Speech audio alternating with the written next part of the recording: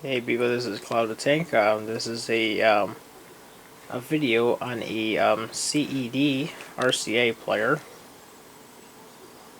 There's some of the details on the front.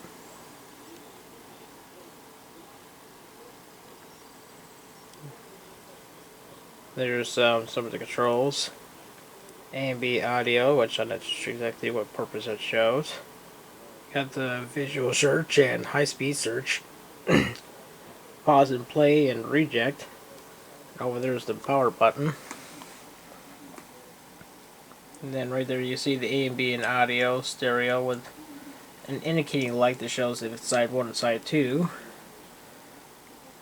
There's a light that shows that it's for a load. So this is the inside of the machine itself. It's a pretty big machine. I just got this recently from Jackson Resale for $20. So, and all they needed was a new belt. And as you can probably notice, there's a little bit of tar still left from the old belt that's on there. So, and I put an oil ring on the motor itself, so that way it will operate correctly. So there's the little clips that clip on, and let's see, there's another piece that's on there that's got a grab. Let's see. It's that little piece right there, as you can see. Whoops. It's that piece right there that actually pulls the little clips that holds the disc and the case itself. So there's a special modular right there. I think it's mostly for main power, transformer. Then so another motor that runs the mechanism from the other side. And of course underneath is the board. I'm not sure if I can get much off of this, but all the stuff for the motor and the brake for the turntable is all underneath. That little piece right there is what holds the disc up, and then when it's getting ready to load, it lowers it down. So I'll show you this thing in operation. If any of you have ever seen James Rofes video of a CED player format, then this is the player that he's got a similar to. This is a little bit newer model, so this one does an automatic load and automatic unload. So, but you have to still put the disc in manually a little bit. Just put it in just enough for a load. So, but I'll show you this thing in operation with the top off. Right now we're going to be using the Never Ending Story Family Classic disc.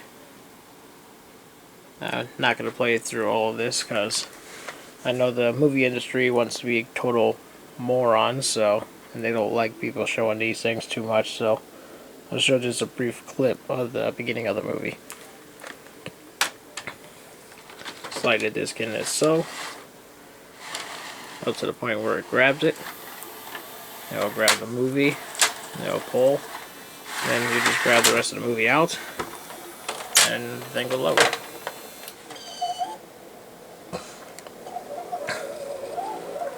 And that's where the needle comes into play on that little motor. It's right on that mechanism. And if you watch this here, this will start moving it bit by bit. So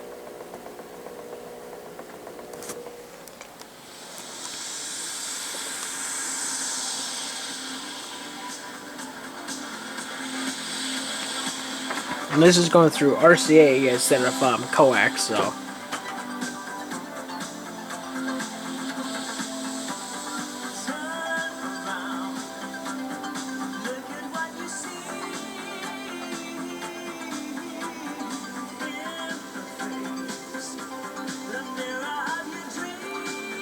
See, the quality for these videos ain't too bad. It's just after a while they will get a little bad, and if any kind of dust gets on the disc itself or any kind of scratch, this thing will tentatively jump You can see there is a bad spot right there where you can see a line coming through it. But yeah, for these things that are brand new, they're usually pretty crisp for a really good picture. But unfortunately, as you can see, it's just a little crackly. You see little color spots here and there all over the place. Like you see up here, there's a little bit of a bad spot. And this is about what it does when it finds a bad spot in the disc. And when you hit fast forward, the thing will fast forward just like a VHS tape. Here we just sell small rectangular objects. They're called books. Yeah, we do a visual search.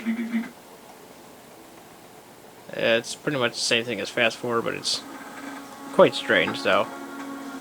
But yeah, then when you go to hit the reject, the needle will back out of the way so that way the disc can come back up. And that's when you just take the disc, load the same way you load it. Since this is side 1, you need to see the front of the cover. Just load it into the disc player, load it, and a little thing on the screen will pop that says please load disc again. And as you can see, it comes back. And in case you want to get a closer look at a disc, I got one that has no case whatsoever. This was previously in a disc player, and I don't know what happened to the case, but this thing was stuck in one machine, and I ended up throwing it out because it was no good anyway. So, but this is side 2, of course. Side A is usually always has these little lines. So I guess that's the only way you can tell is side 1 or side 2. With all these little marks. When on the second side it's all blank. So as you can see, it's kind of got like some kind of a coloring to it. So I'm guessing this is what they use to distribute the picture from electrical current. So when the disc gets energized, the needle itself has a ground point, and the turntable, as you can see, has those little pieces right there for ground to ground the disc out. Since you have electricity pulsing through this a little bit, just enough to get the picture out, and it'll go through its modular to split this video signal into the 4 basic colors that you need, and then display it on the television. The best thing is to do is to never touch this spot right here, because if you get oil on this thing, it's a real pain to clean it. So I haven't found an actual cleaning solution to actually clean these things. So, but I tried some screen cleaner. I tried some of this, and it kind of works. But then after you use this, you have to use some water to get the rest of it off. It kind of helps, not too much though. But yeah, as you can see, on these things, it's got little tabs right here.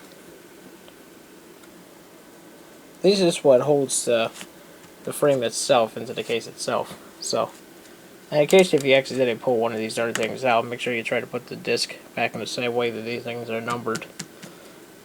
The line side to side 1, and the blank center to side 2, so that way you know. But yeah, these are they're pretty reliable machines. They're pretty good for the time. I think these things originally came out maybe about late 70s, early 80s, I think, and they were a competitor for the laser discs that were coming out, and also the VHS beta tapes at the time. But you could say this is a whole lot better than film reels.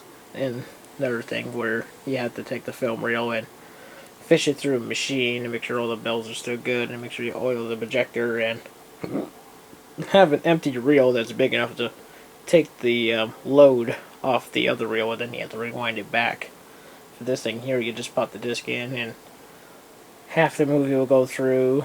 It fits about 60 minutes per side, so if you have a movie that's over 60 minutes, you have to flip it over, so every time you see a number that pops up in that screen over here, it's displayed in minutes. So when it hits up to 1 minute, it'll say 1, and then 2, and so on.